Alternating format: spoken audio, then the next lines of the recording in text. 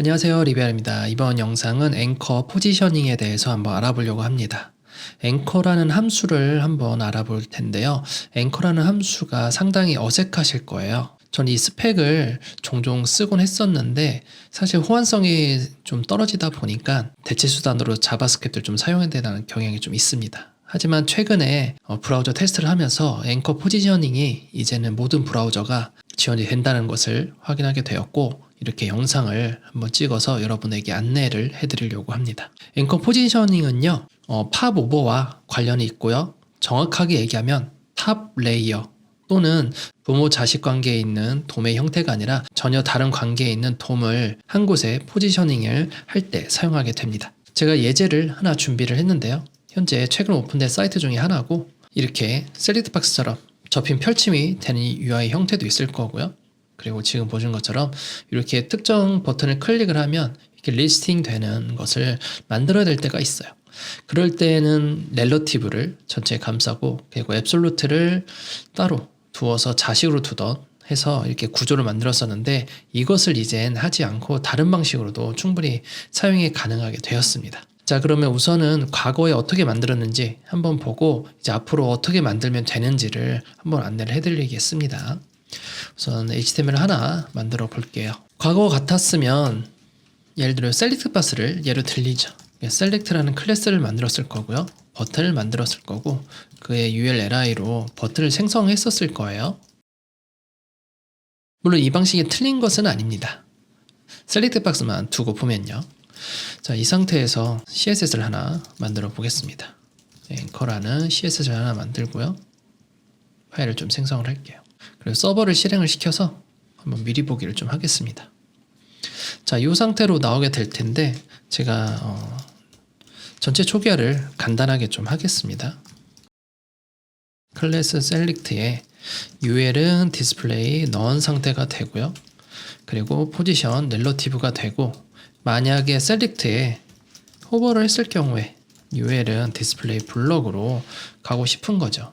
그럼 마우스를 올리면 이렇게 올려지는 대로 되고, 다른 UI와 영향이 가지 않게 하기 위해서 이런 UI가 있으면 밀리게 되잖아요. 마우스 올리면 밀리는 것이 아니라 공중에 뜨게 포지셔닝을 하려면 포지션 앱솔루트를 하시고, 인셋을 통해서 30픽셀 0, 5도 0 이런 식으로. 자, 이렇게 했을 텐데, 이렇게 했을 경우 이렇게 번거롭게 작업은 했을 거예요. 그렇다고 이 방법이 틀린 것도 아닙니다. 근데 좀 더 나아가서 이렇게 부모에 꼭 갖춰야 되는 상황이 나온 게 된 거잖아요. 어떻게 보면 무조건 부모가 있어야 되고, 클래스 셀렉트에 포지셔닝이 꼭 되어 있어야 되는 거죠. 그리고 그 기준에 맞춰서 UL은 요 클래스 셀렉트 기준으로 좌표를 찾아가는 형태로 만들었을 거예요. 근데 만약에 이 클래스 셀렉트 없이 만들었다고 한번 가정을 해봅시다.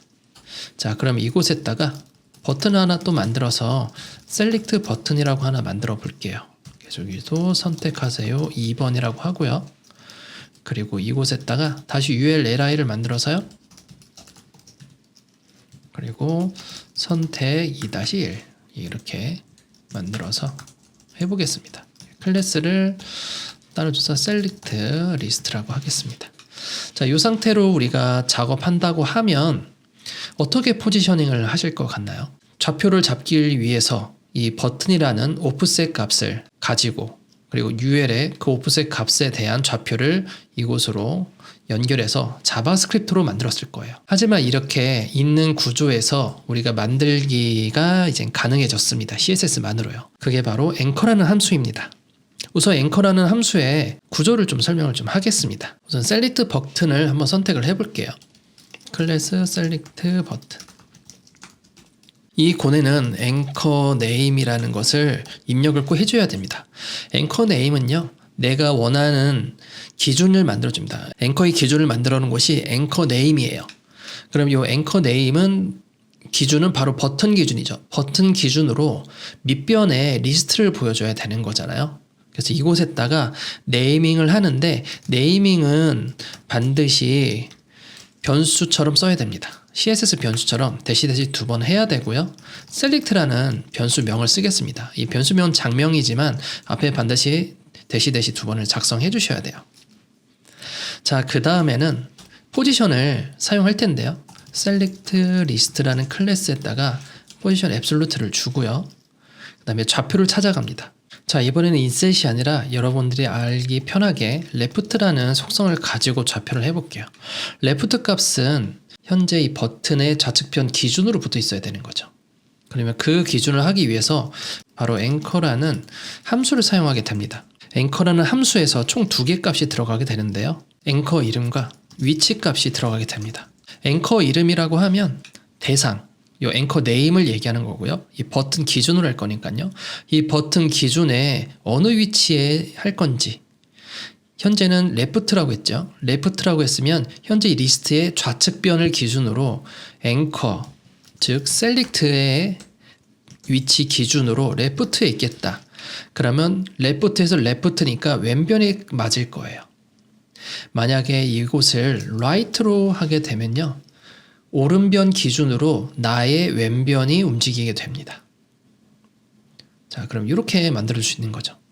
자, 그럼 이것을 마우스 올렸을 때 저렇게 나타난다는 거겠죠. 자, 그러면 우선 left로 놓겠습니다. left가 좀 더 적당하니까요.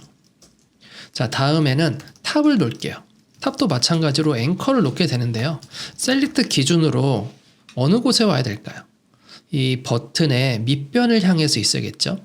그러면 공백을 띄우고 버텀을 하게 되면 아랫변 기준으로 이렇게 나오게 됩니다.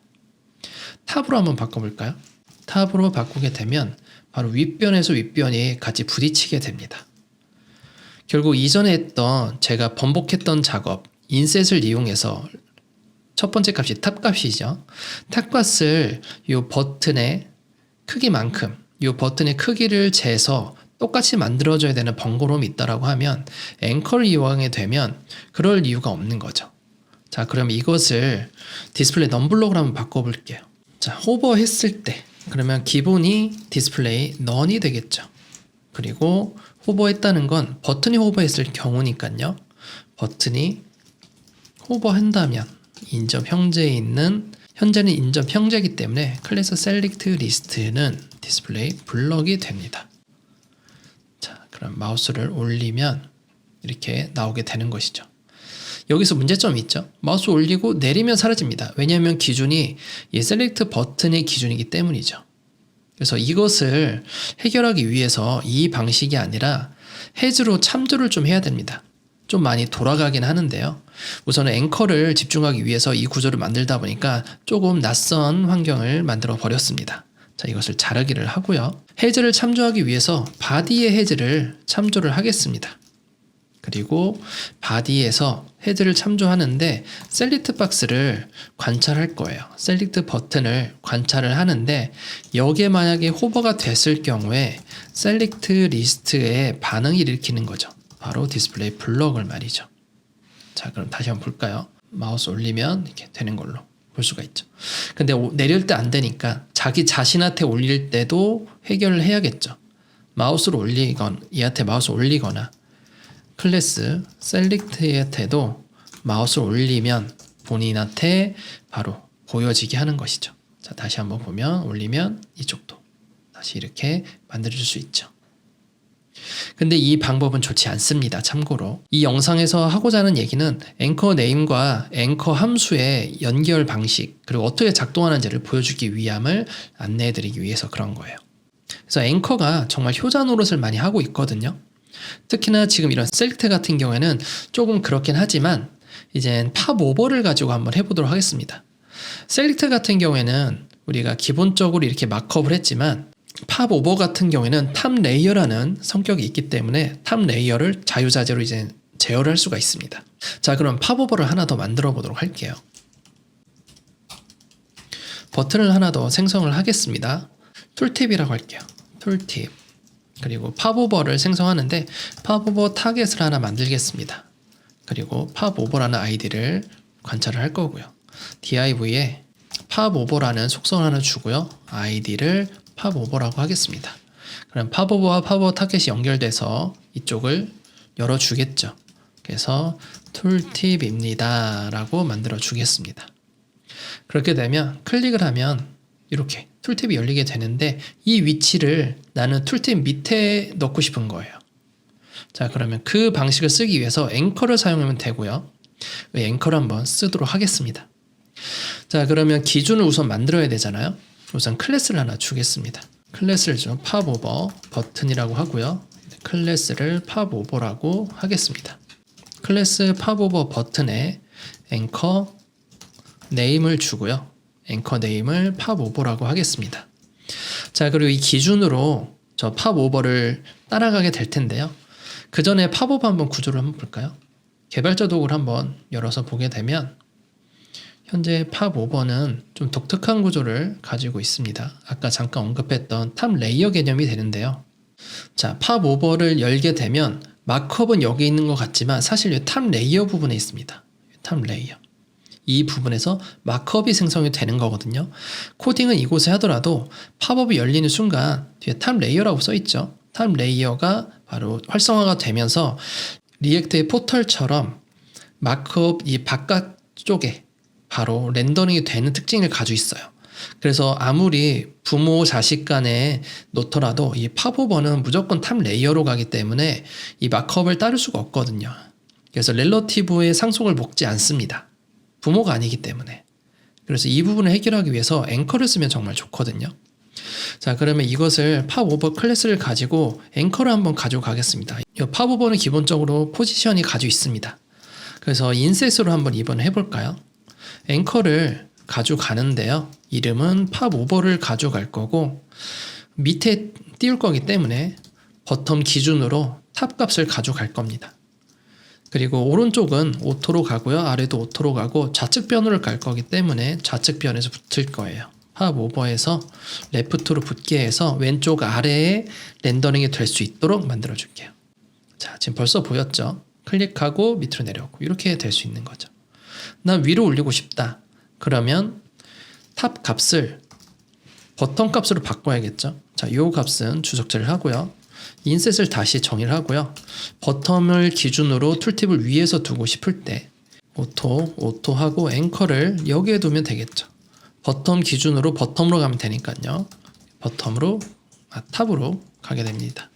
윗변을 기준으로 가는데 내 자신은 아랫변으로 부딪혀야 되니까요. 그래서 아랫변 있는 버텀 기준으로 가게 되고요. 나머지는 같습니다. 왼쪽 기준으로 가게 될 거고요. 왼쪽 변이랑 마주치게 될 겁니다. 자, 지금 보시는 것처럼 위에 바로 뜨는 형태를 만들 수가 있죠. 자, 이렇게 해서 이번 영상에서는 앵커를 한번 알아봤는데요. 앵커 외에도 앵커 사이즈라는 것이 있습니다. 아직 호환성이 좀 떨어지긴 하지만 앵커 사이즈까지 업데이트가 되면 정말 좋을 것 같고요. 그리고 좀 더 나아가면 포지션 앵커까지 있습니다. 그래서 포지션 앵커, 포지션 트라이 폴백 등 되게 여러 가지의 새로운 스펙들이 계속 쏟아져 나오고 있는 현 상황입니다. 제가 계속 주시하면서 새로운 기술이 나오거나 새롭게 업데이트가 되면 여러분들이 실무에서 쓸 수 있을 정도의 호환성이 올라오게 되면 새롭게 영상을 또 찍고 여러분들에게 좀 알려드리도록 하겠습니다. 자, 그러면 이번 영상 여기까지 하고요. 영상이 마음에 들으셨다면 구독하기 눌러주시고요. 그럼 다음 영상에서 또 뵙도록 하겠습니다. 감사합니다.